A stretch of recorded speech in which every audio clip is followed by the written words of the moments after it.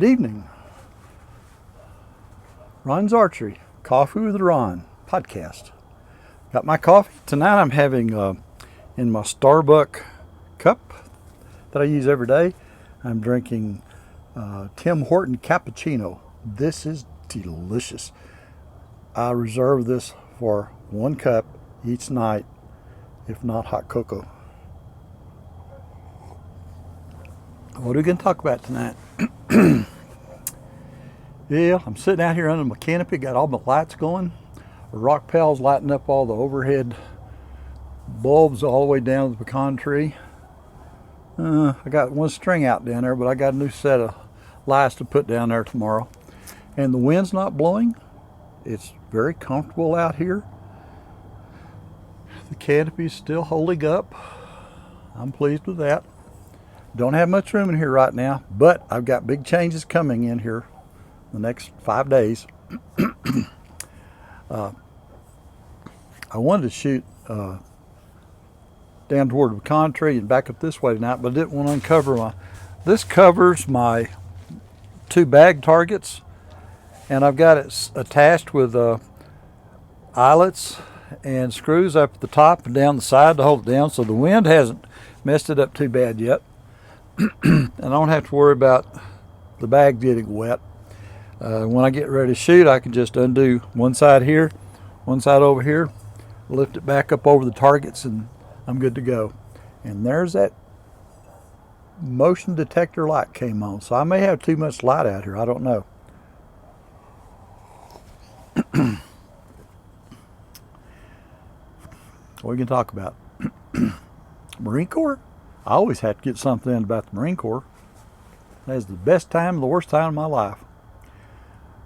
We left to go overseas. We spent weeks marking and tagging all of our combat gear.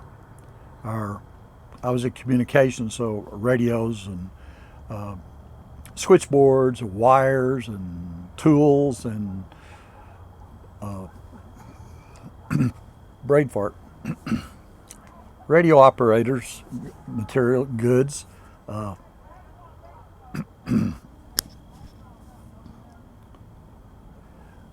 We got everything marked and tagged, and I remember the day we stood in our last formation, and when they dismissed us, we boarded the buses at Pendleton, and we rode into, it would have been San Diego? Yep. And I boarded the USS Bear, B-E-X-A-R. I believe that ship held 2,000 troops. I remember we went down below deck and we had to store our duffel bag on the rack with us, and we slept with a rifle. And I was on about the 8th bed up. I think it was like 12 or 13 beds high. You had room to lay on your back, and the person above you was right in your face. So if they farted, you got a good whiff. Most of us stayed seasick,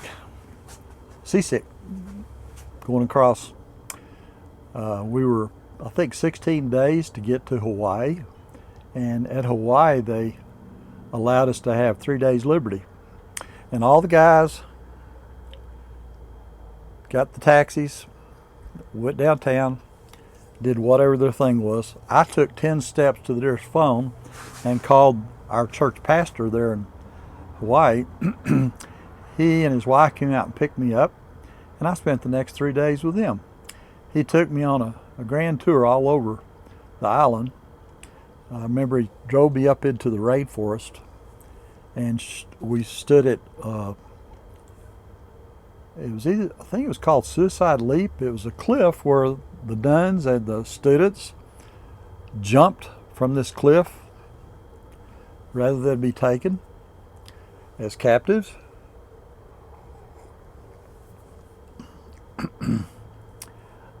He took me to meet one of the oldest living Hawaiian elders at that time.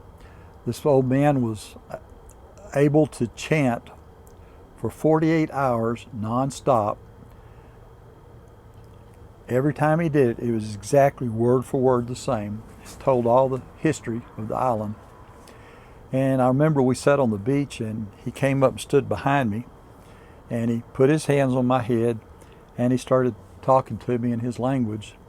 An interpreter translated for me. And basically what he did was he gave me a blessing that I would go overseas and that I would return unharmed. And I thought, yeah, right, I'm heading for Vietnam. I'm heading for the jungles.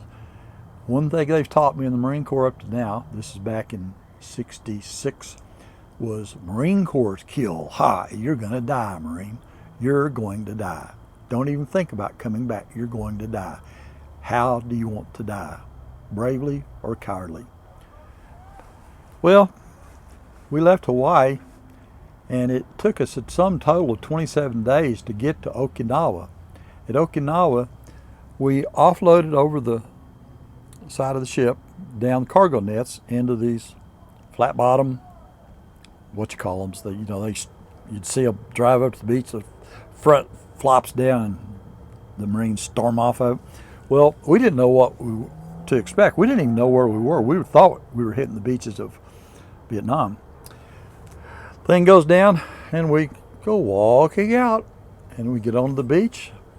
There's all these old women and old men. A lot of them had funny hats on their head. A lot of the younger men looked like towels tied around as headbands. They were selling, or trying to sell to us, Coca Cola, Pepsi, nabs. That's those little crackers that we used to get. And of course our sergeants told us we were not to buy anything from them, that it could be poisoned. It would be laced with glass or poison of some sort. So we're just kind of in shock, and we brought all the duffel bags and stacked them up on the beach, and then we had to go and find our duffel bags. Well, that took some time. Then we boarded green buses and we took a trip through the jungle of Okinawa. I remember clear, just like it was today, looking out the window and seeing these little villages that we passed through. And at this time, we still thought we were in Vietnam. Eventually, we drove into the back gates of Camp Henson, Marine Corps base there in Okinawa. And we were assigned to housing. That was, they were one-story structures. They were divided. You walk in the middle of the length of the building, and there was a laundry room there where you would turn in and pick up your dirty laundry, and showers, restrooms, heads. And to each end of the building was different platoons. I was assigned to the end nearest the street, and that was our communications platoon. It consisted of us wire jockeys and radio operators. And there we lived for a very long time. Now, from time to time, special orders would come down for individuals within the group, and they would be given 15 minutes to pack up their gear, 2 duffel bags, their rifles, and be out front. And we didn't know for several months later where they went. They were flown to Vietnam and put into war situations. So once we found that out, each of us were 24 hours a day scared to death that we would be next. In the meantime,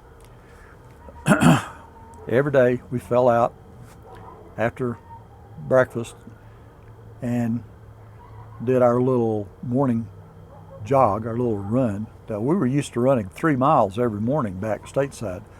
First day out there, old Gunny Sargy, he ran us half a block, turned us around, and came back. And when we got back from that half a block 2 ways, We were just about dead on our butts. Turns out the humidity, the heat over there was so extreme, we had to acclimatize. It was several weeks before we built up to running a mile. I think maybe a couple of months went by before we were able to go back into running 3 miles. 3 miles in fatigues with our rifles, our canteen belts, and 1 canteen full of water. Oh boy. Then we'd come back and we'd have PT for 30 minutes. Then we went to our various Quonset huts. Remember, like you used to see Gomer Pyle in the old Quonset huts? Well, we had Quonset hut for the communication platoon. That's just us wire jockeys. We were the ones that built the first telephone pole yard out back of our Quonset hut. We erected by hand, there was 10 of us, we erected about 9 30-foot tall poles, set them, dug the holes, set them in the ground, and we used to practice climbing up the poles, jerking our gaffs out of the pole and dropping down, called a combat drop. The idea being, if you were in the jungle, top of a pole, well, why there was a pole in the jungle, but if you were up there, you started getting shot at, you had to get down quickly. So you'd pull those gaffs out and drop. I've still got a picture of us doing our Christmas tree. We climbed up the pole and we leaned out from the poles and took our hats off and waved down at the guy taking the picture. There was quite a few of us on that pole. That was our Christmas tree picture for that year.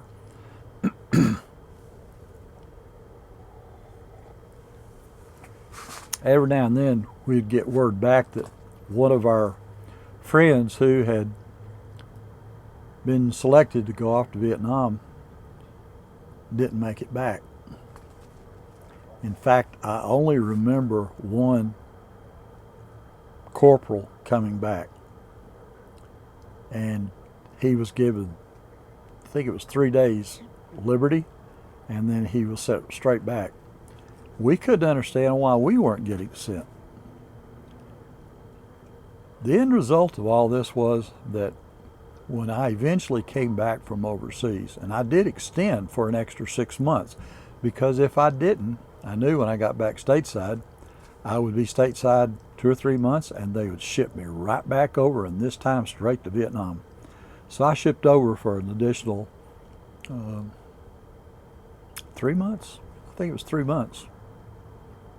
Or was it 6? Probably 3 months. But when I got back stateside, I remembered that old Hawaiian elder blessing me and saying I would go and return unharmed. And I did. I came back completely unharmed. So ever since that, when I see war movies,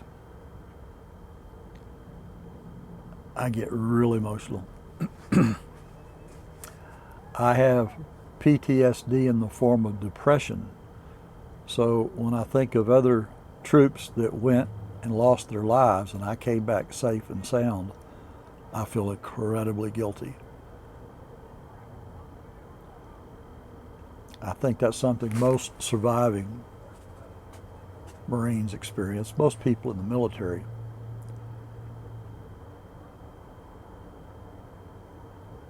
Marine Corps. There was good times, there was bad times. Had a lot of good times there in Okinawa.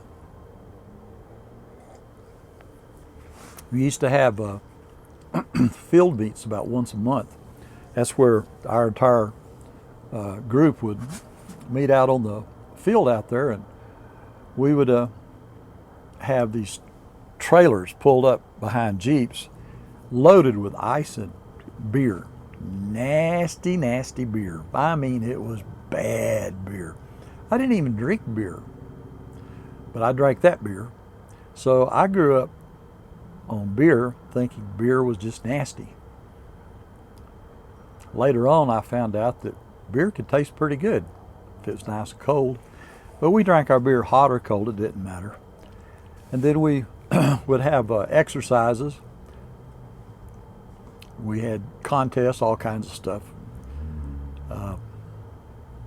Those were good times. I remember we used to sit out there sitting on the ice, drinking our beer, and watching back over the next field over. There's helicopters would fly in, and we'd see the Rangers do their combat drops from the helicopter down the ropes to the ground, and they would sometimes fly over. They would release like a jeep, a wagon, or other supplies, and we'd watch it float down.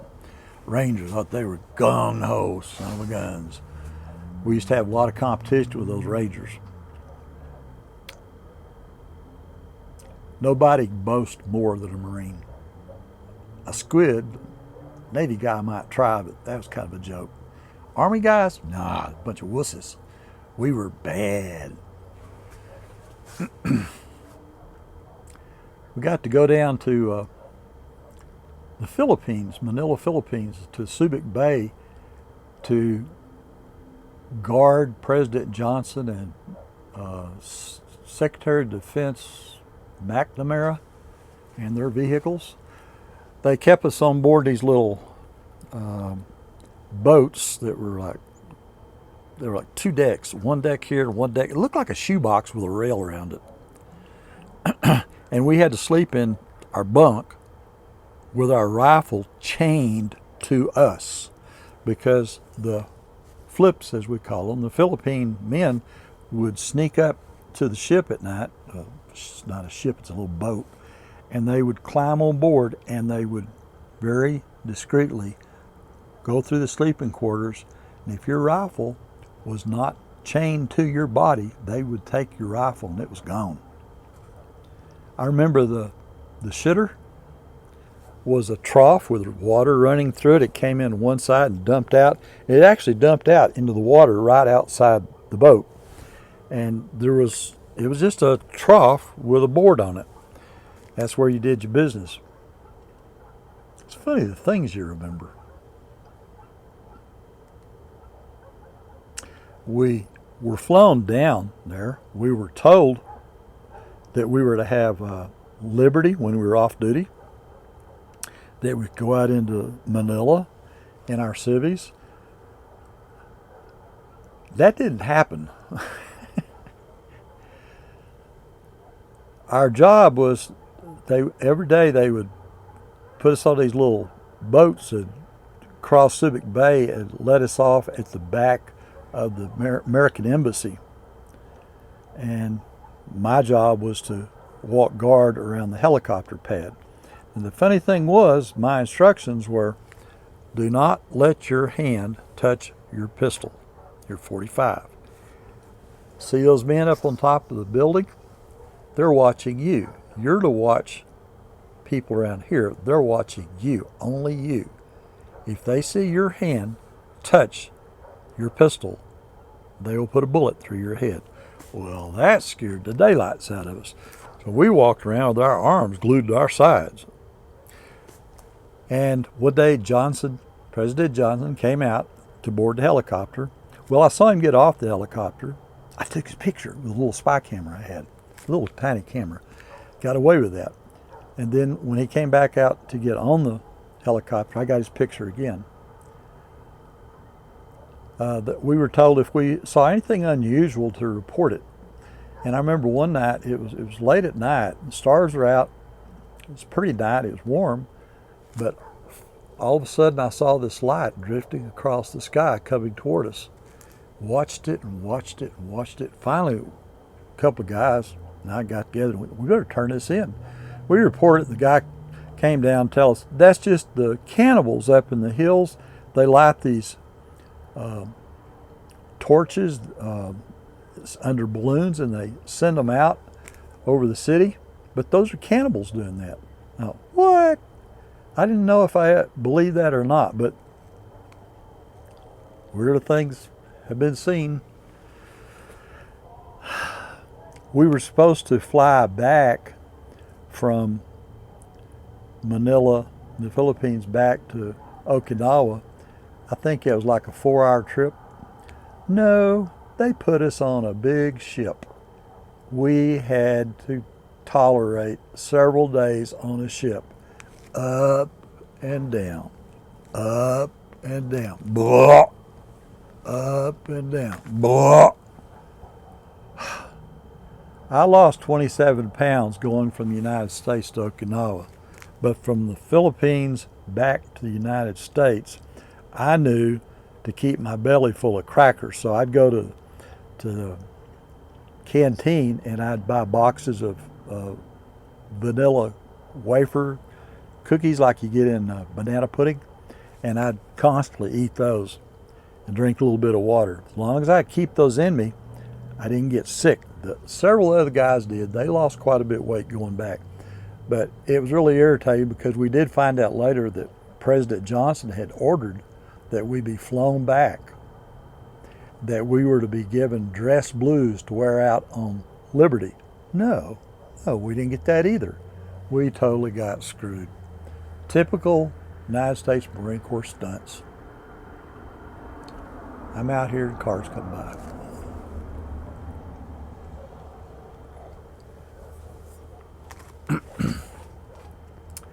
I appreciate you guys that are watching my videos.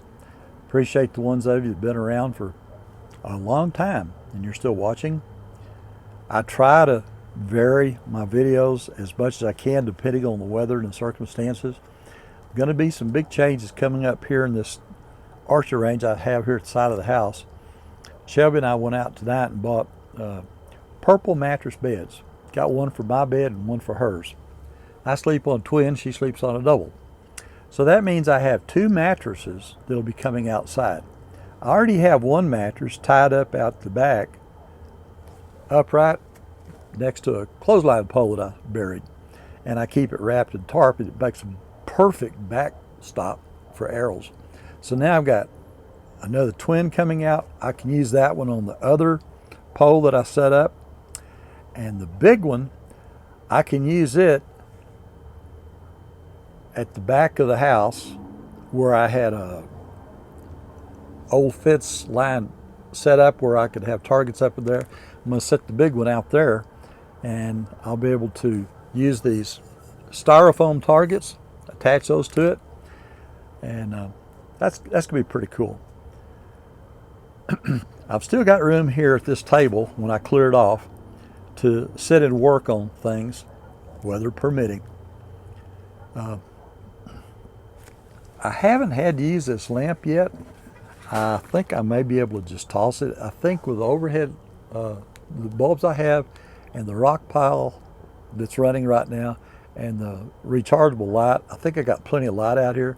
I do have another one I can put up directly overhead that'll light the whole area if I want to work on the table. But this is a test to see what happens when winter hits. If it were raining right now, I'm looking straight up at the sky. The rain would come off this right on me. That's why I have this covered. I've got bricks laid under most of this and shingles, so I don't have to worry about mud. And I step out that way, I've got the metal canopy. And come spring, I'll take all this down, I'll run that metal canopy over this way. That'll eliminate the concern about the snow caving this thing in. I hope I can get through the winter, but I'm going to be surprised because right now where these attach, the eyelets, they're getting ripped out, and I don't know how I'm going to secure the tarp at that time. And if it caves in or tears up, I don't know how I'm going to put another one over it.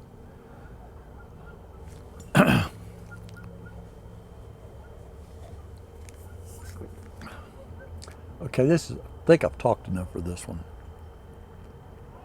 I just want to test this. I'm using the microphone on the lapel plugged into the H1N recorder, so it should sound good.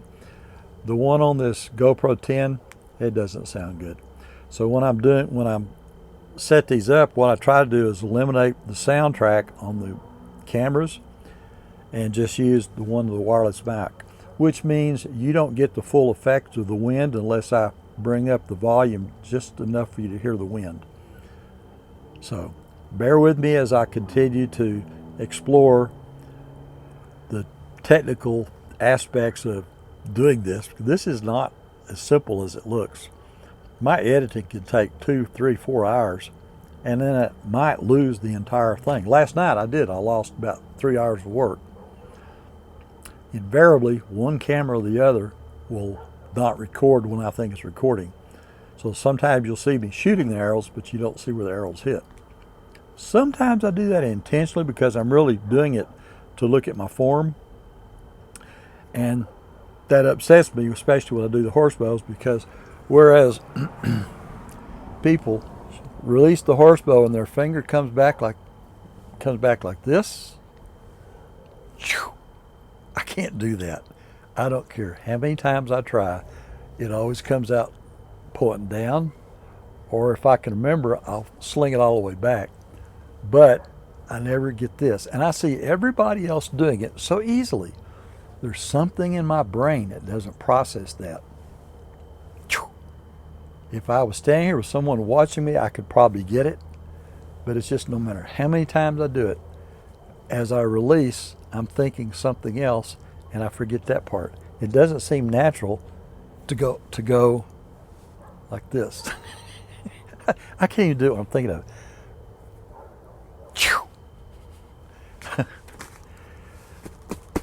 Okay, y'all have a good night. Have a good week. Stay safe. Avoid people.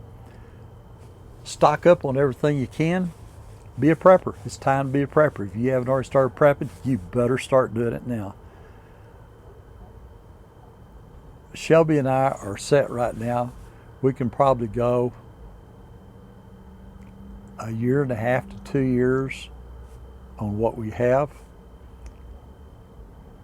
And we're still, every day, we're adding to it. Because it's not going to be long.